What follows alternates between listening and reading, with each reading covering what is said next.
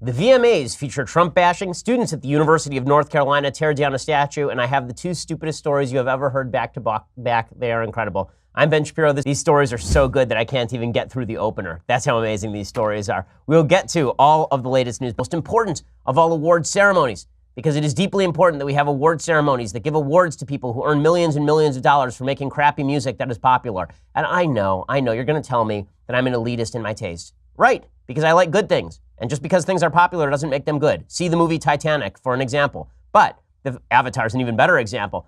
What is more telling about the VMAs than anything else is the amount of political posturing that happens at the VMAs. The reason the Democrats are having trouble in the middle of the country is because there's an elitist feel to the Democrats. The reason Donald Trump won is not because there were all these dispossessed people in the center of the country who felt economically left behind. The reason that Trump won is because Trump was a giant middle finger to a bunch of people in Hollywood and New York. That's really what Trump was. What Trump was people getting sick of being told that they were racist, sexist, bigot, homophobes, and Trump responding by basically flipping everybody off. And the Republican base cheering, yeah, because we were so sick of hearing over and over and over that we are terrible people.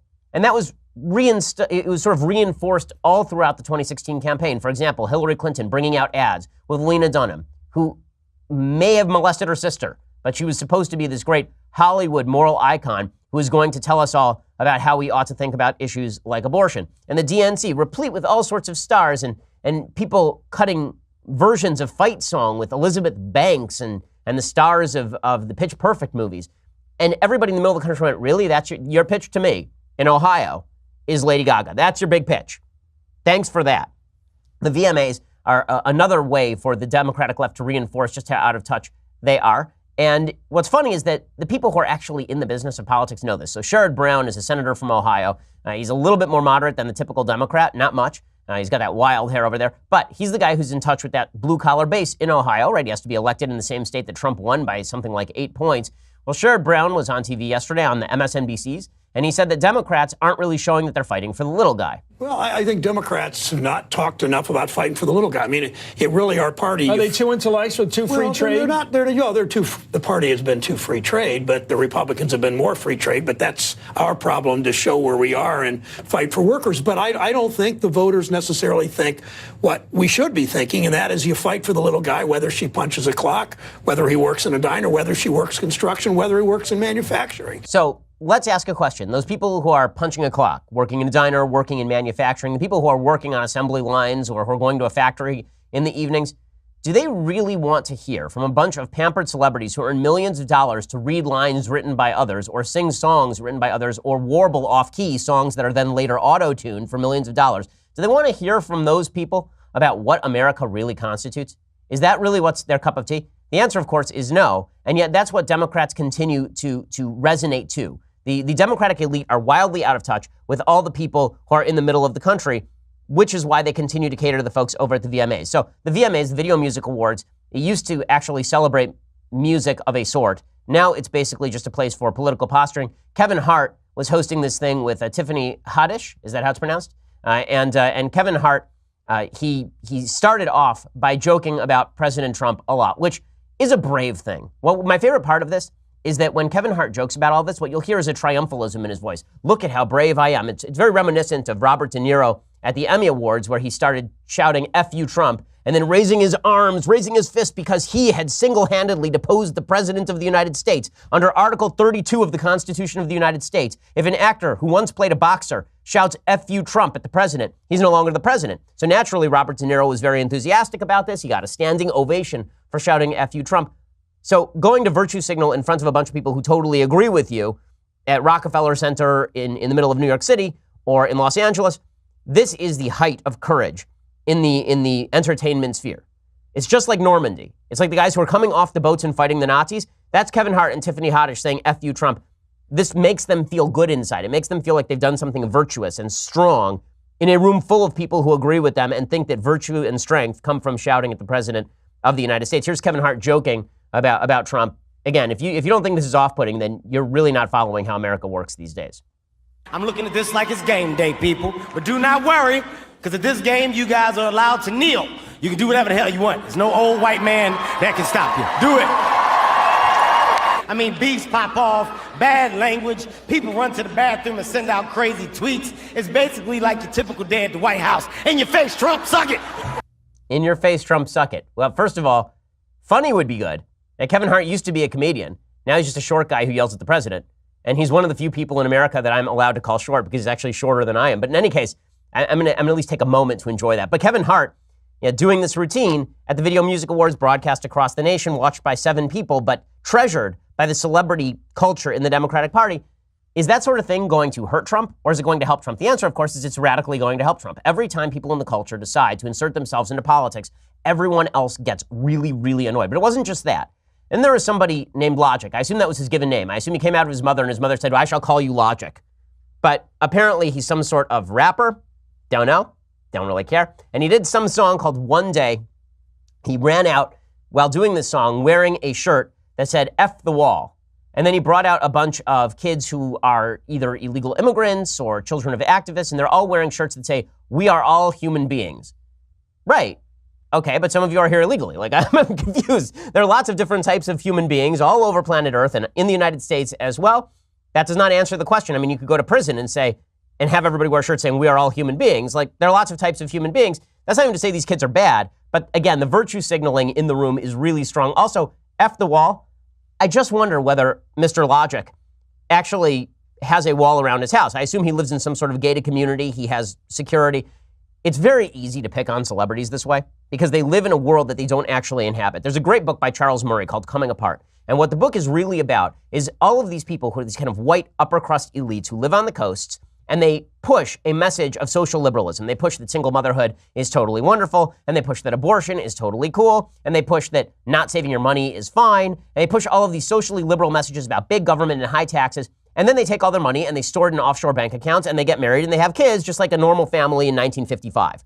But everybody in the middle of the country who listens to them follows this advice, and then they live crappy lives. Well, that's exactly what happens when you see these celebrities talking about F the wall. You think these people are going to be affected by the lack of a wall on the southern border? They're not ranchers in Arizona. Okay, these folks are not going to be affected by this. All that a lack of a wall means to these folks is that they have cheaper illegal immigrant labor to do their lawns. Legitimately, that's what celebrities in LA do. Most of the time, celebrities who are interacting with illegal immigrants are doing so in terms of household service. Seriously, I live in LA. I promise you, I know a lot of these celebrities, and most of them, when they talk about illegal immigrants, they're talking about that. They want a cheap housekeeper or a cheap nanny. Now listen, I don't blame any of the people who are coming across the border to live a better life in the United States. I do blame a system that allows people to cross the border illegally without checking them. It seems to me that the least a country can do is check the folks coming across the border to make sure that, number one, they are safe, number two, they are educated, and number three, they're going to contribute to society and not mooch off of society. But these folks, it doesn't affect them.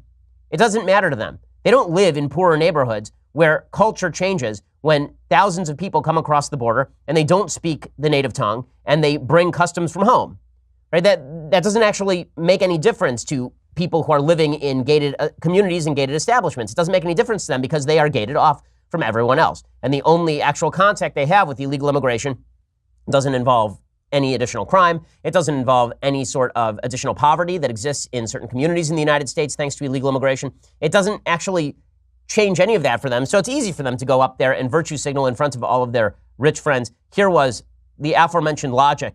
Again, I'm so confused by rapper names, I can't even express it. But here is Logic performing One Day in a wall that reads in a shirt that reads F the wall.